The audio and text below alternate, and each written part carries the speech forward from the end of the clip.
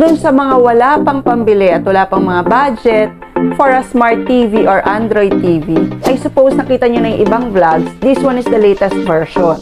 Ngayon, ipapakita ko na sa inyo kung paano to i-set up sa inyong mga TV.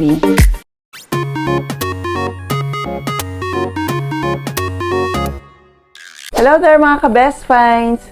Welcome once again sa isa naman nating Best Finds edition. At marami naman tayong matutunan sa araw na ito.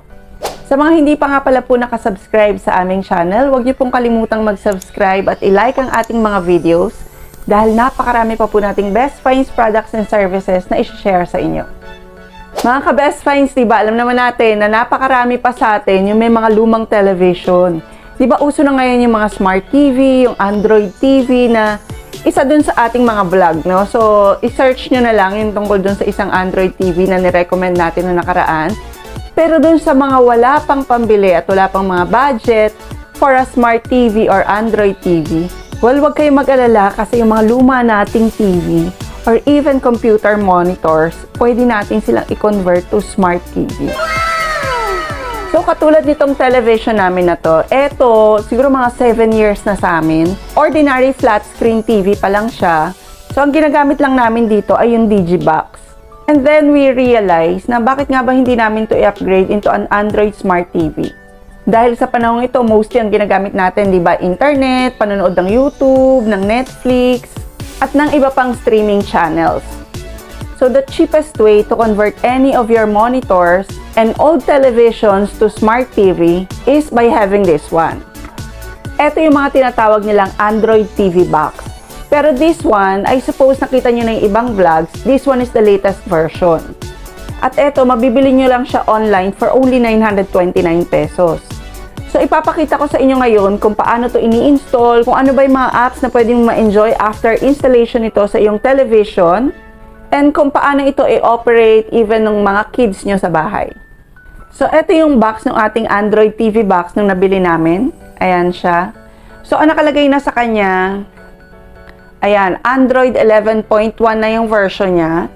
And then, meron siyang 16 gig na memory. Tapos, expandable siya up to 256 gig. Meron na rin siyang kasamang HDMI cable. Ayan, ganyan yung ating HDMI cable. So, any monitors, computer monitors, or television, old televisions na meron kayo, na merong saksakan itong HDMI, pwede nyo siyang i-convert into a smart TV. Tapos, ito yung kanyang remote control. Meron din kayong option actually na pwede nyong bilhin yung merong keyboard or etong meron lang remote control. Matter of parang mga 150 pesos lang yung kanyang difference pag yung with the keyboard na yung binili nyo. So, ito naman yung itsura ng ating box. Ayan. MXQ Pro and then 4K na yung kanyang resolution.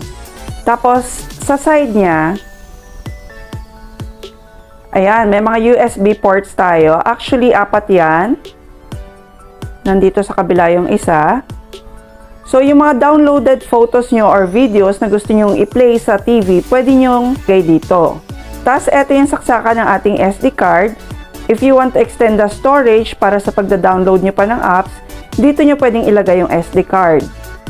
So, dito naman sa kabilang side, ayan, makikita nyo dito yung ating power inlet. Yan yung lalagyan nyo ng saksakan. Ito naman kung gusto nyo mas mabilis yung inyong pag-internet, yung pag-streaming nyo, ayan yung ating LAN port. Para diretso na siya sa modem. Ito naman yung ating HDMI port. Tapos ito naman yung dalawang jack port. At ito yung sinasabi ko sa inyong isa pang USB port kanina. Ngayon, ipapakita ko na sa inyo kung paano to i-set up sa inyong mga TV.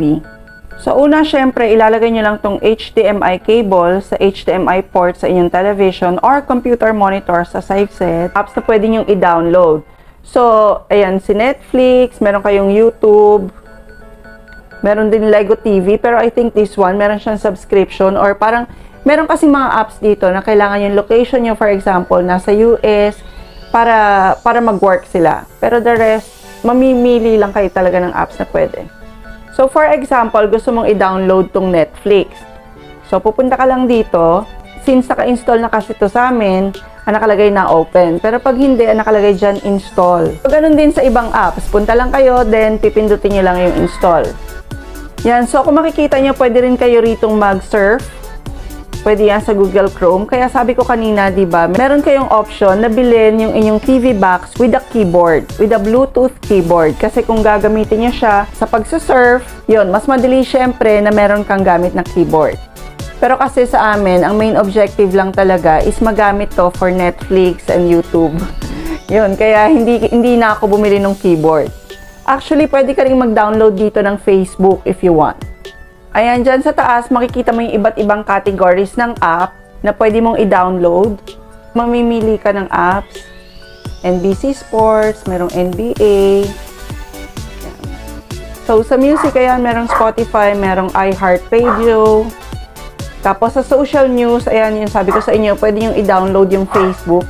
So, para din talaga siyang Android mobile phone. Ayan, pwede nyo gamitin yung Gmail. Meron ding speed test, may mga ganun pa. Tapos of course, meron din siyang games. Ayan, yung pwede rin kayong mag-download ng games dito and use the Bluetooth keyboard to play. Okay. So, i-back na natin.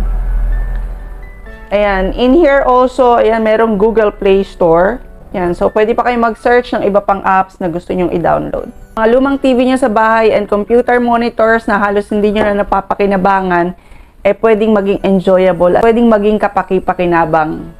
Mga ka-best finds, once again, kung meron kang natutunan sa ating product review ngayon, huwag kalimutang i-like ang video na to. Pindutin mo na rin ang subscribe button at notification bell para next time na mag-upload ako ng bagong video ay ma-update ka. And I'll see you again next week, ka-best finds. God bless!